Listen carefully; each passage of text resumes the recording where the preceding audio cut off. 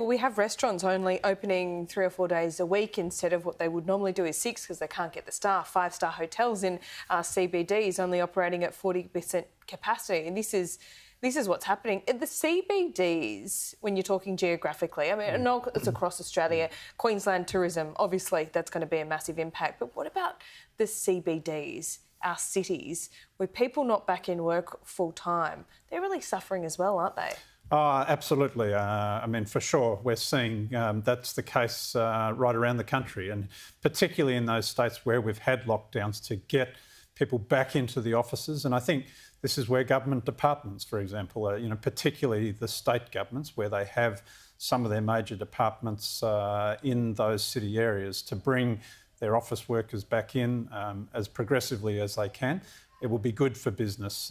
It will bring the cities back to life. So I think, we have to really encourage them to do things like that. What about fringe benefits tax? I mean, this is something that businesses raise all the time about, making it easier for companies to go out, maybe put a long lunch on the card in some of those restaurants in Sydney CBD. Is that something that should be looked at?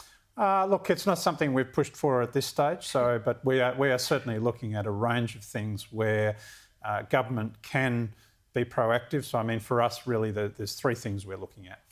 We're looking at how do we encourage people to come back into the workforce, participation, and that's what this particular measure is about. It's how do we skill people, so how do we get people into skills, get the training that they need. That will help with productivity. And the other thing we're looking at, which is not far away, is that's to start bringing migrants back into the country. That's right. I was going to ask you about that, because there's a 2-week pause. We're at that halfway mark. A great indication from the Prime Minister this morning that the 2-week pause will be just that migrants and international students will be coming back on the 15th of December. But in terms of planning and rebooking flights and, rearranging your lives, we're talking about 200,000 people that want to come back in immediately. When do they need to know? I mean, good signals, but there needs to be confirmation soon, doesn't it? Well, absolutely. I mean, of course, it was very disruptive for those people, many of them who were booked, were starting their travel in a lot of cases. Look, we understood what the government had to do there. We think it was prudent, but all the signs are positive, and we need to get international students coming back in. We need to get some of those skilled migrants coming back in, and eventually we need to have tourists and business visitors coming in. So if we can get that happening on the 15th of December, it'll be absolutely a step in the right direction.